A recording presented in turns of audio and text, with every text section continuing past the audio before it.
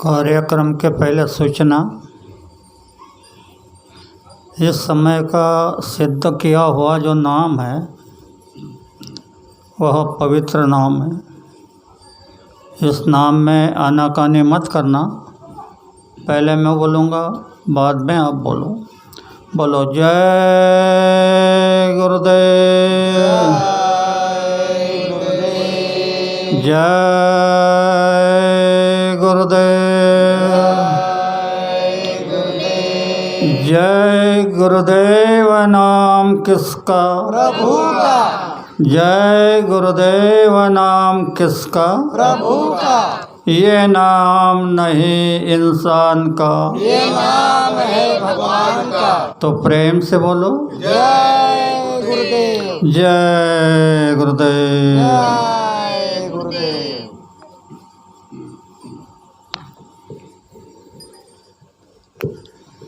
सबसे पहले योग परिवर्तक परम संत बाबा जय गुरुदेव जी महाराज, इनके चरणों में शत कोटि प्रणाम करता हूँ। साथ ही साथ जिसने यह त्रिलोक की रचना बनाई उस ईश्वर को प्रणाम, उनके दृश्य अदृश्य शक्तियों को प्रणाम। और यहाँ पर उपस्थित इस गांव के सभी सज्जन भाई और बहनें, अगल बगल से आए हुए सत्संग प्रेमी भाई और बहनें, सबको प्यार भरा जय गुरुदेव। जय गुरुदेव। प्रेमियों,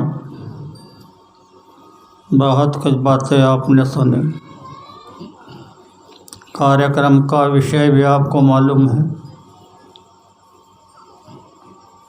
तो थोड़ा ध्यान दे करके सुनो।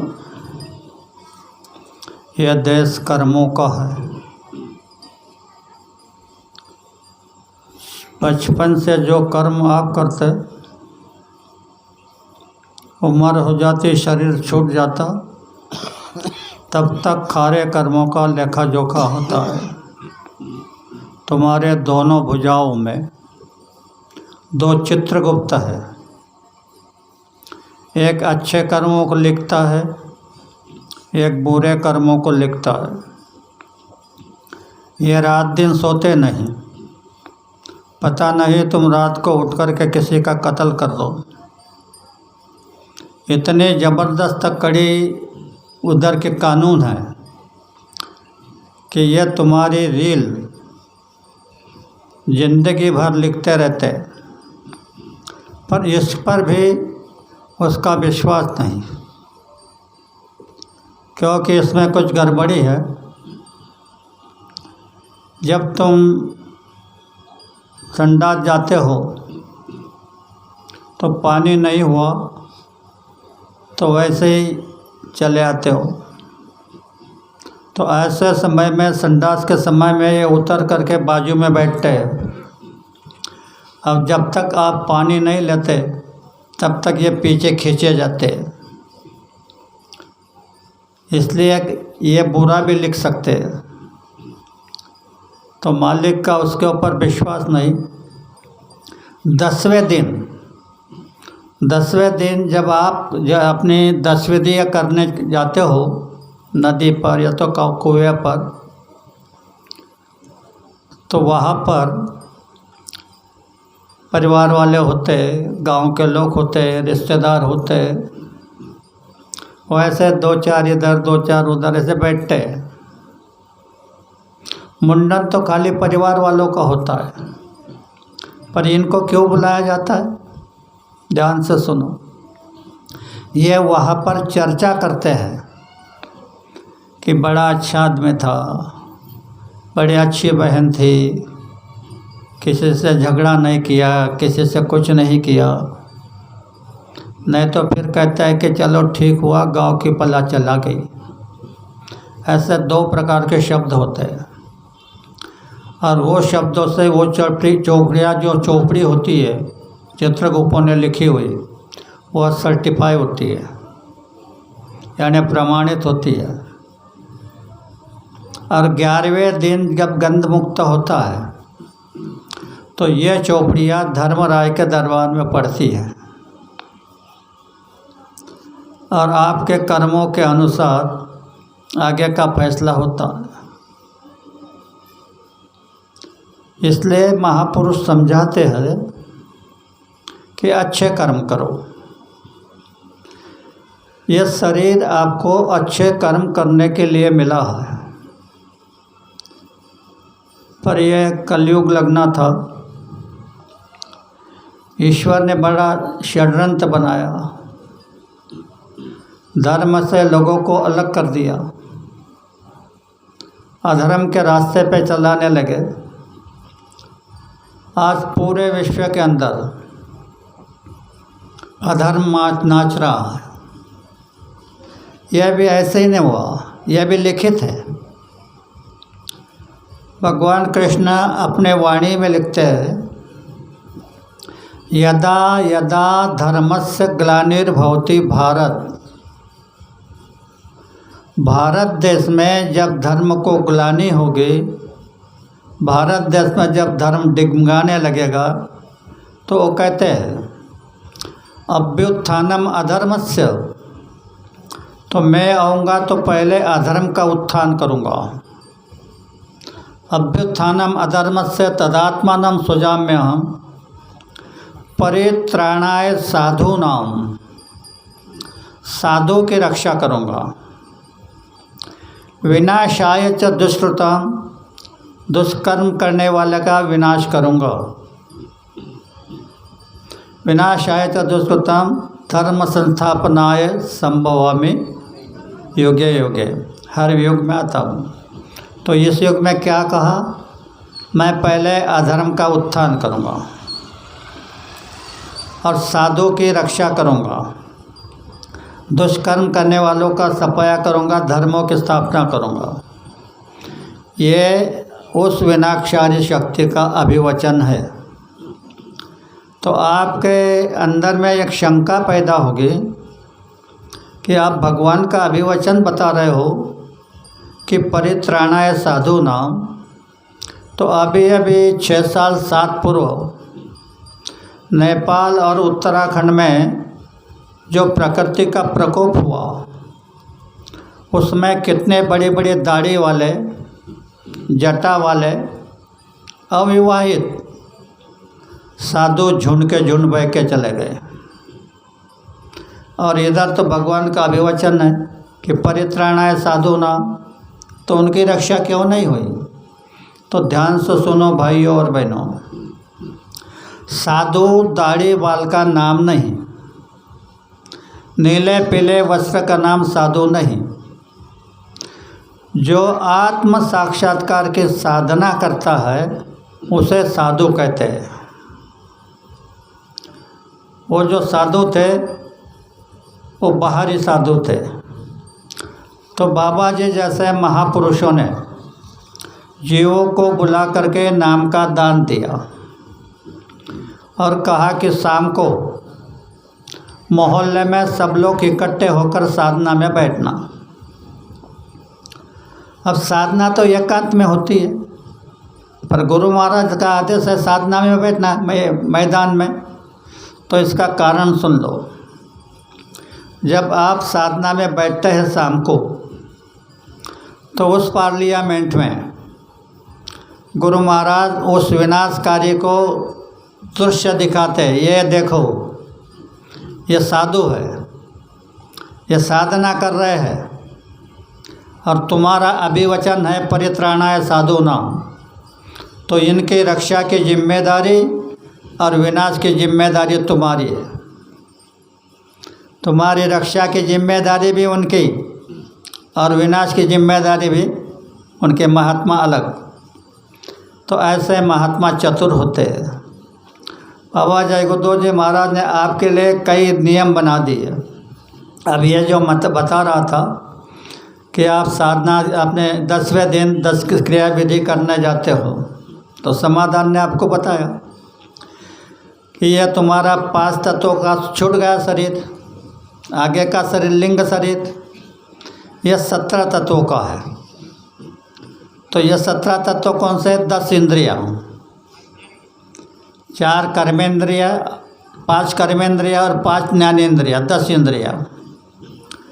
और अंतःकरण, यहाँ पर तुम्हारा अंतःकरण है। अंतःकरण के 4 शक्ति, मन, चेत, बुद्धि, अहंकार और 3 गुण, ये 17 तत्व है। अब जब पंडित जी चावल बनाते हैं तो छोटे छोटे 10 पिंड बनाते हैं और एक बड़ा लंबा पिंड बनाते हैं। वो लंबा पिंड जो होता है वो माया का होता है। आज तक तुमने पंडित जी से नहीं पूछा कि यह क्या है, वो माया का होता है। और माया त्रिगुणात्मक होती है। तो उस पिंड के 3 भाग किए जाते हैं, 3 टुकड़े। और ये छोटे छोटे पिंड जो होते हैं ये उन टुकड़ों में ऐसे डालकर एक बड़े बड़े 3 गोले बना देते हैं। इसे पिंडदान कहते हैं। और ये पिंड ऐसे नहीं फेंकते पानी में, उल्टे फेंकते हैं ऐसे, क्योंकि रास्ता उल्टा है। तो इसमें वो 10 पिंड 10 इंद्रियों के, एक लंबा पिंड माया का जिसके 3 भाग कर दिए तो 3 गुण हो गए। तो वहाँ पर आपको यह धारणा करना चाहिए कि हमारे भाई, हमारी माता, हमारे बहन जो भी हो रिश्ते से, इनको लिंग शरीर से मुक्ति मिल जाए। ये धारणा करोगे तो कुछ लाभ होगा, नहीं तो ये करने से कोई फ़ायदा नहीं है। और जब ये लिंग शरीर तुम्हारा उतर करके अलग हो जाएगा, जैसे आप स्थूल शरीर अलग हो गया समझ लो, तो लिंग शरीर में आता है जीव, तो उसको जल की भीति नहीं, अग्नि की भीति नहीं, वायु की भीति नहीं, इन 5 तत्वों में से किसी भी तत्व के उसका डर नहीं। ना वो अग्नि में जल सकता है, ना पानी में बह सकता है, ना हवा में उड़ सकता है, उसे कोई डर नहीं, क्योंकि वो शरीर उतर गया। उसी तरह ये जब आप कर लोगे तो इंद्रियों की जो खींचातानी है, लिंग शरीर उतर जाएगा तो तुम्हारा इंद्रियां खत्म हो जाएगी। इसके लिए रावण को 10 मुखी कहा था। रावण ने इन 10 इंद्रियों पर कब्जा करके रखा था। 5 जो इंद्रियां है, कर्मेंद्रिया, ज्ञानेंद्रिया, इन पर कब्जा करके रखा था, इसलिए उसको 10 मुखी कहते थे। तो ये तुम्हारा उतर गया तो तुम्हारी इंद्रिया भी उतर गई। और जो माया का पिंड है उसमें 3 गुणात्मक 3 गुण भी उतर गए।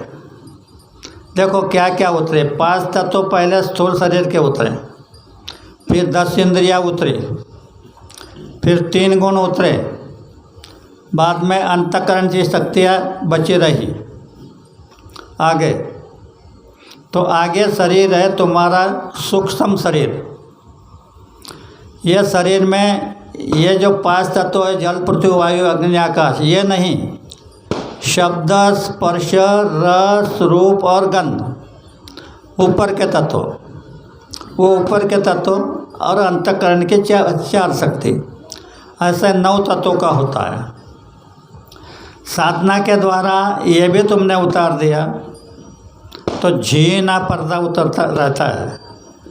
शब्द, स्पर्श, रस, रूप, गंध, वह भी समाधान ने आपको बताया कि मानस सरोवर में स्नान कर लोगे तो आज़ाद हो जाओगे, यानी मुक्ति मिल जाएगी। किससे? बंधनों से मुक्ति। ये इंद्रियों का बंधन है तुम्हारे ऊपर, इन बंधनों से मुक्ति हो जाएगी। और यहाँ तक स्त्री और पुरुष का भेद है। जब तक मानस सरोवर में स्नान नहीं करते तब तक स्त्री पुरुष का भेद है। मानस सरोवर में स्नान हो गया तो स्त्री पुरुष का भेद खत्म, जीवात्मा हंसरूप हो गई। हंसरूप क्यों कहते हैं? क्योंकि हंस समुंदर के इस किनारे से उस किनारे सहज में उड़ जाता है, बाकी कोई पंछी उड़ नहीं सकता। ऐसे तुम्हारी जीवात्मा हंसरूप हो जाती है तो वो तुम्हारा जो भवसागर है उस भवसागर में उड़ जाती है। उस पर ऊपर तुम्हारा उसका तुम्हारे ऊपर बंधन नहीं। ये संत मत की क्रिया में लिखा हुआ है। और इस बच्ची का यह बहुत कट्टर थी। ऐसे तो मेरी बेटी है, बहुत कट्टर थी और इसने मालिक के ऊपर पक्का विश्वास किया था। तो इसके आप कभी भी चिंता मत करना, यह सीधे मालिक के पल्लों में चले गई है। जय गुरुदेव। इसके लिए आपको चिंता करने की ज़रूरत नहीं है। हाँ, एक बात है कि अटैक से गई, इसका देहांत जो हुआ अटैक से हुआ। तो ये उसका खेल है, वो चाहे अटैक से ले जाए, चाहे एक्सीडेंट करा करके ले जाए, वो कैसे भी ले जाए, लेकिन समय पर ले जाता है। अपना नाम नहीं आने देता। बीमार हो गई, अटैक आ गया, एक्सीडेंट हो गया, करके मर गए, ऐसा कहते हैं। तो एक दूसरी बात मैं आपको समझाता हूँ। आप 10 विधिया करके घर आए, 11वें दिन गंध मुक्त का कार्य करते हैं, तब तक आप अशुद्ध माने जाते हैं। बहनें कुमकुम नहीं लगा सकती, भाई तिलक नहीं लगा सकते, टोपी नहीं पहन सकते, मंदिर नहीं जा सकते। 11वें दिन पंडित जी आपको गंध मुक्त करते हैं और मंदिर में पानी डालने को भेजते हैं। जब पानी डाल करके आ गए तो दरवाजे में सुपारी तोड़ने को लगाते हैं। नारियल नहीं तोड़ते, कोई दूसरा फल नहीं तोड़ते, सुपारी तोड़ते हैं। आपने नहीं पूछा बब्बन को ये क्यों तोड़ रहे हैं, तो ध्यान से सुनो। यहाँ पर जो जीवात्मा की तीसरी आँख है, उससे वहाँ पर चिकन सुपारी है। उस सुपारी का तोड़ने का मतलब है कि तीसरी आँख को खोलना। ये जो रिवाज चलते आया है ये ठीक है, पर धारणा बदल गई। धारणा बदल गई, इसलिए इसका लाभ नहीं होता है।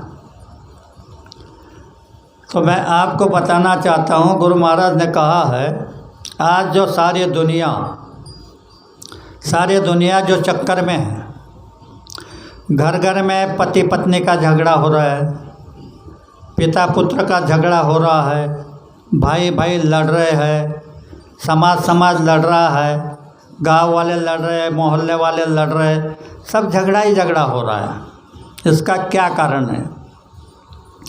अभी इस समय में हम लोगों ने न जाने कितने बकरे, कितने मुर्गे, कितने पशु और जल के जीवों को काट दिया खाने के लिए। काट दिया तो पहले ही महात्माओं ने लिखा था, तुमको हमको इशारा कि गरीब को मत मारो।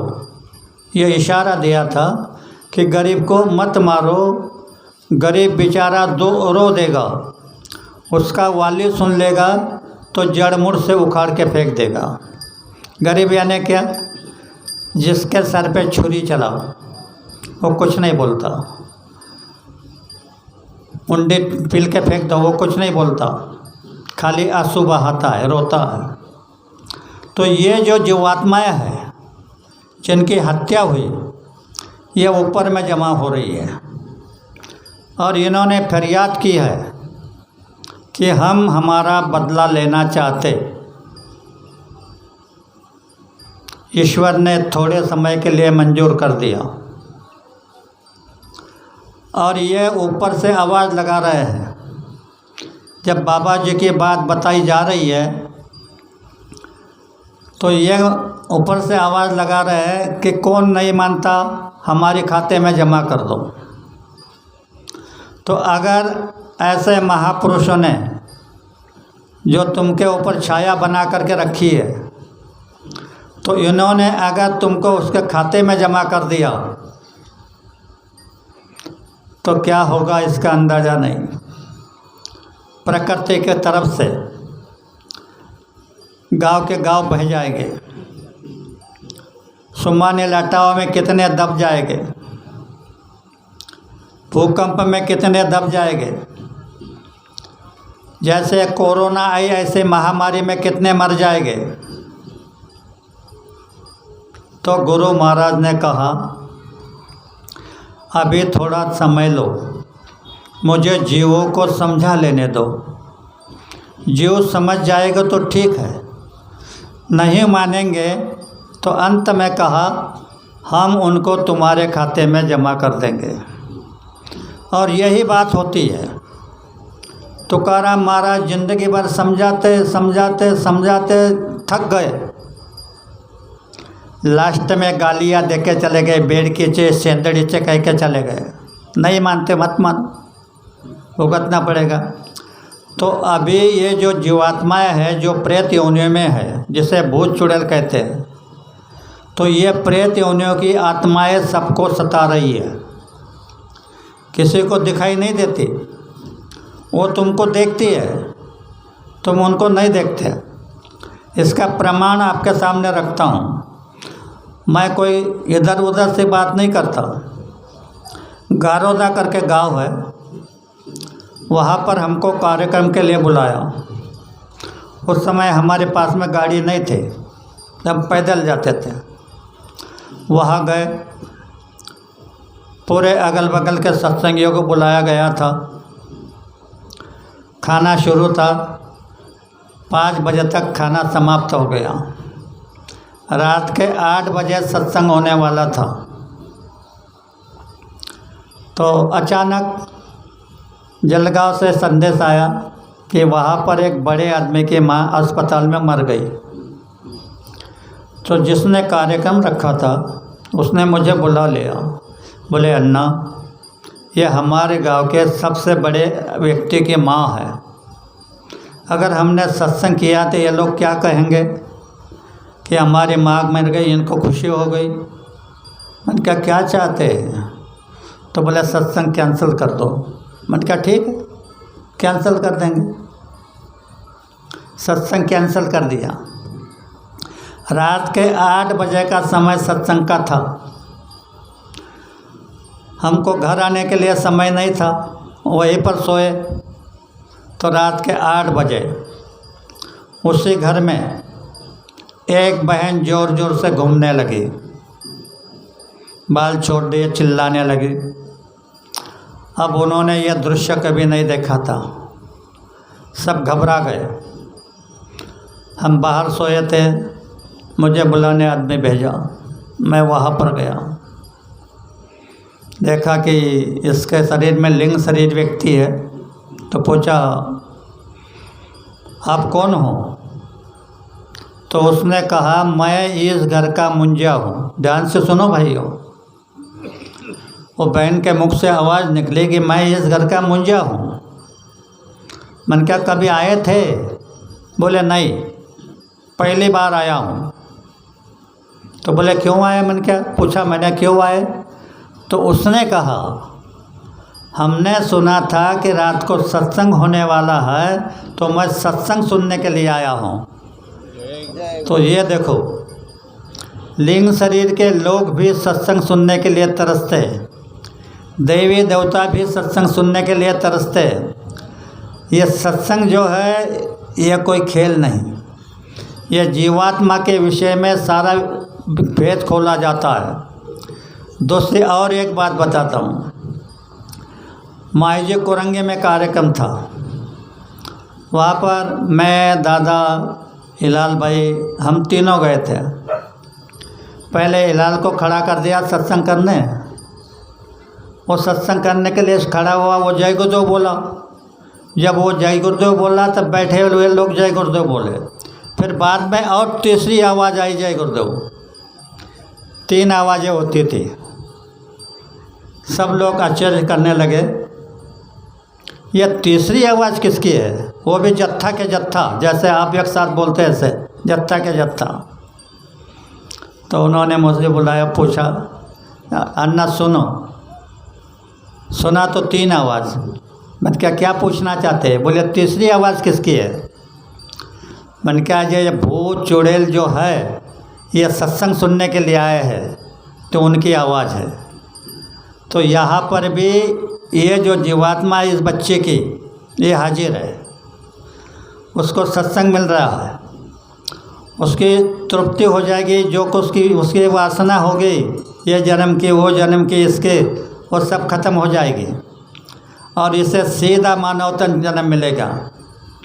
क्योंकि गुरु महाराज कहते हैं, मेरा जिसने दर्शन किया है उसको सीधा मानव तन रिजर्वेशन, उसको एक पैर पे खड़े होने की ज़रूरत नहीं, उसको उपवास तपवास करने की ज़रूरत नहीं, उसको मानव तन रिजर्वेशन।